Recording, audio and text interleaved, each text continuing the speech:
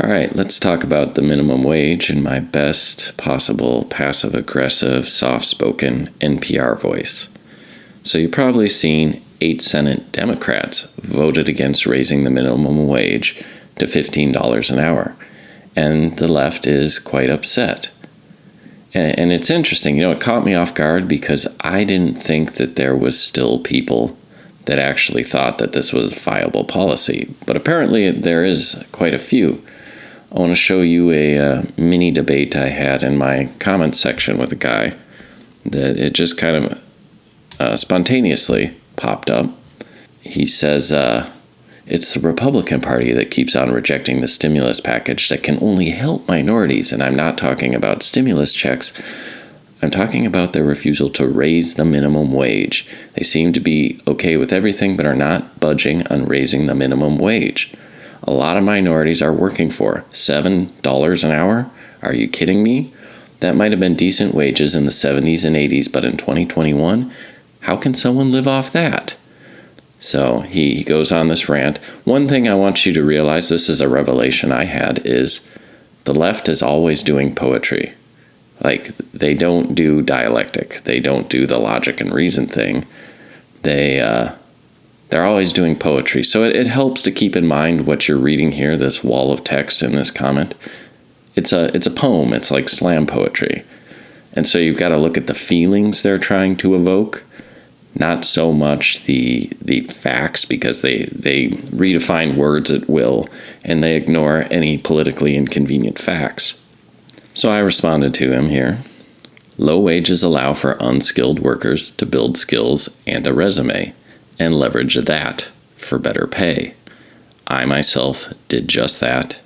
You are not supposed to cook fries forever. This isn't hard. And I'm going to show you what it looks like to win a debate online, because this is the best you're ever going to get. He responds, so by underpaying people and not giving them the chance to even support themselves makes them better. Now you notice what he did there. He set up what's called a straw man. He wasn't able to respond to the actual case I made. I myself did just this. I actually started below minimum wage. Doing what? Mowing lawns on a riding mower. I worked for $5 an hour, starting at 15 years old. And then when I graduated high school, I got a job doing what? Mowing lawns. But of course, because I was operating equipment back in those days, I was making more than minimum wage. Straight out of high school at 18, because I worked for less than the minimum wage under the table, at 15, I was making $8 an hour, which at the time was about 25-30% higher than the minimum wage. You don't sit there and work for minimum wage for like 10 years. You just build a few skills and then go work for someone else that pays you better. So I strengthen the argument by using myself as an example. It's personal. I did it. And then I point out, of course, you're not supposed to cook fries forever. The point is getting the experience and moving on. So he immediately reframes my argument. He immediately sets up a straw man and attacks that instead. We're underpaying people by not giving them a chance to support themselves. Well, what you're doing is you're giving them an opportunity to get into the labor pool. But he goes, I don't think that's how it works. Well, it does work. Like I said, I myself did that. But I guess this is why the system remains broken. Again, not true. I myself have done it. And he says, don't get me wrong. I agree with not cooking fries forever. But who has the chance to think about moving up or bettering themselves when they can't even ensure they'll have a roof over their head? Again, this is why I assume this is a young man, because you will move up. As you build skills, you will move up. If you're showing up, if you're doing a good job, you're not just going to sit there on the fry later your whole life. Also, you're networking. You're working with a bunch of people with a crappy job. What happened to me when I had a crappy job? Everyone else was looking for a better job. And hey, if you looked over here, they've got internships here. They've got apprenticeships here. Everyone is trying to leverage their skills to get better pay. And so, look, like I did it. Here's a middle-aged man speaking to a young man. I am proof the system's not broken. You just have to get up and go and then look for better jobs. You got to keep looking. That's the thing. You don't just get stuck. Because if the minimum wage was enough to buy a house, raise a family, and people would never leave it. Assuming that system worked, people would never leave. People would be competing for minimum wage jobs. But then what about the next generation? Well, they wouldn't be able to get it because you've cut that bottom set of rungs off. And you can see he's doing his poetry here. Their child won't have enough food to eat? Well, you shouldn't be having a child in high school when you're building basic work skills. He says, I think it's the other way around, of course. You invert everything. Make minimum wage something decent that can support a single father with 2 kids, or a working mother with a baby, or even just a single person. Well, that's just pure poppycock. And he goes on and on and on. Again, this is somebody that hasn't done it. They're just kind of spitting out political talking points.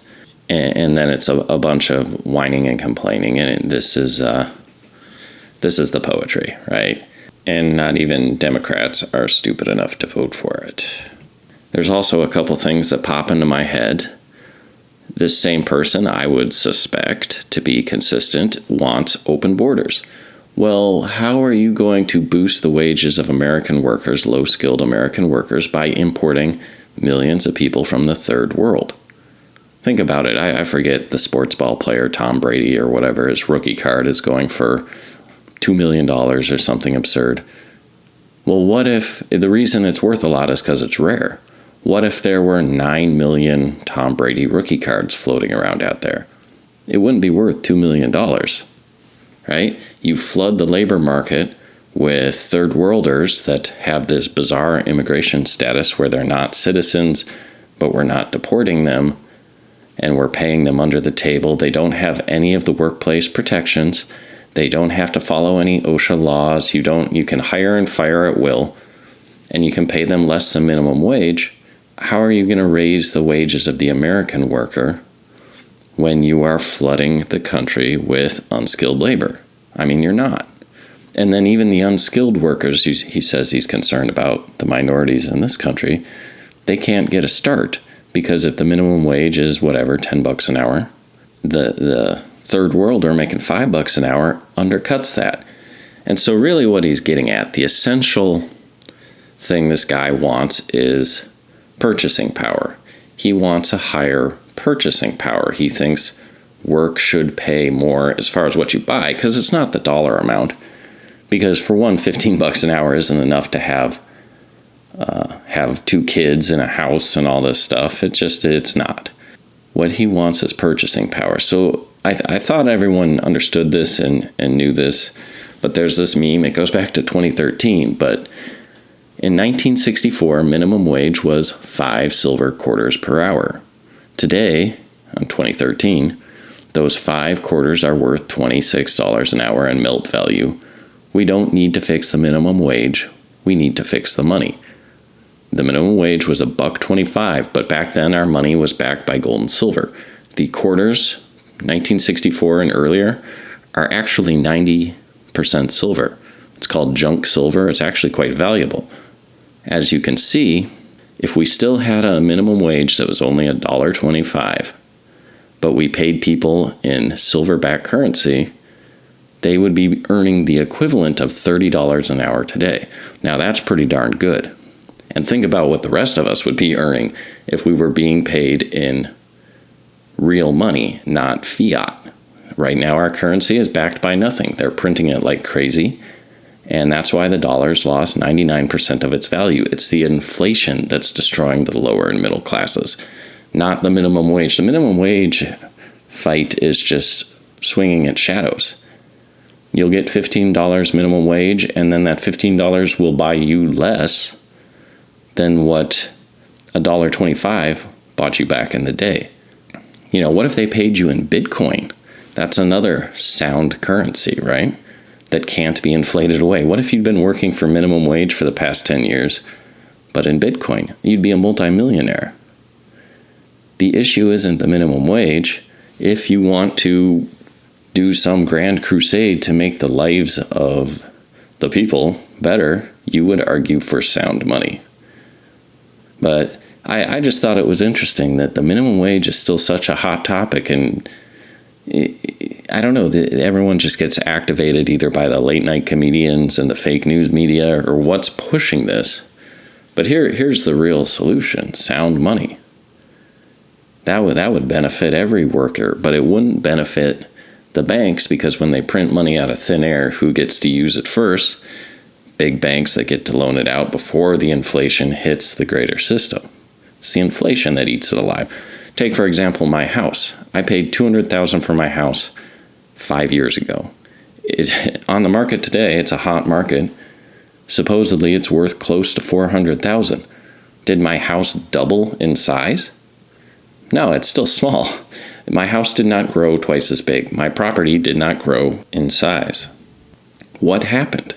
Well, the supply went down, supply and demand partially, but also just inflation. I don't have any more house, but I get many, many, many, many more dollars for the same house.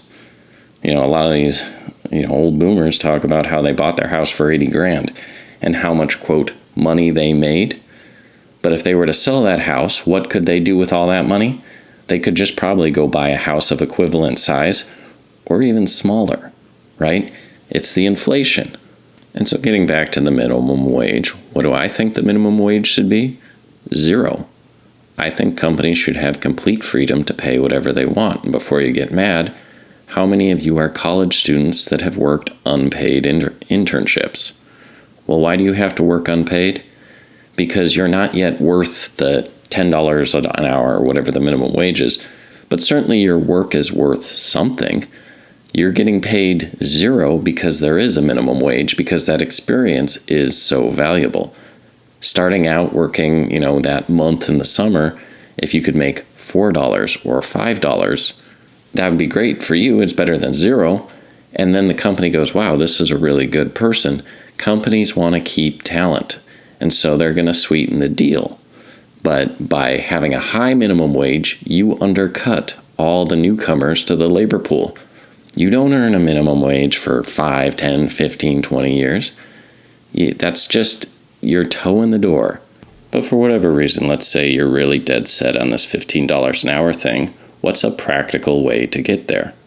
Well, the answer, as it always is more capitalism. Double your salary in the middle of nowhere in North Dakota. Well, why? Believe it or not, a place exists where companies are hiring like crazy, and you can make $15 an hour serving tacos or $25 an hour waiting tables. $80,000 a year driving trucks. You just have to move to North Dakota to one of these tiny towns surrounding the oil-rich Bacon Formation, estimated to hold anywhere between 4 and 24 billion barrels of oil. See, you shut down the oil boom in America, we have to go to the Middle East and start bombing them again. More war means a worse economy. Those of you that, I grew up in the 90s. I remember America's economy when it wasn't at war. War is horrible for the working class, but you shut down the oil production in America, not only do we have to go overseas and fight more war, which is terrible for the economy, we're not getting the good jobs in America, these oil jobs, which, look, they pushed the minimum wage right up to $15 an hour, waiting tables $25 an hour, and they couldn't even keep talent because the second there was an opening working on the oil field, people left their waiter job to make even more money. This is the importance of a strong economy. This is the importance of letting business boom. This is what Trump meant by Make America Great Again. This is the rising tide lifting all boats. Think of the wealth we could have if we were just allowed to develop the resources that are sitting in our own country. And so you can see how the left contradicts itself by wanting to flood the labor market with illegals that get paid under the table and below the minimum wage, and then set the minimum wage so high that the unskilled can't get any jobs because it's all jobs Americans won't do. And then you get a permanent class that's fully dependent on the government and whose votes you can buy in perpetuity.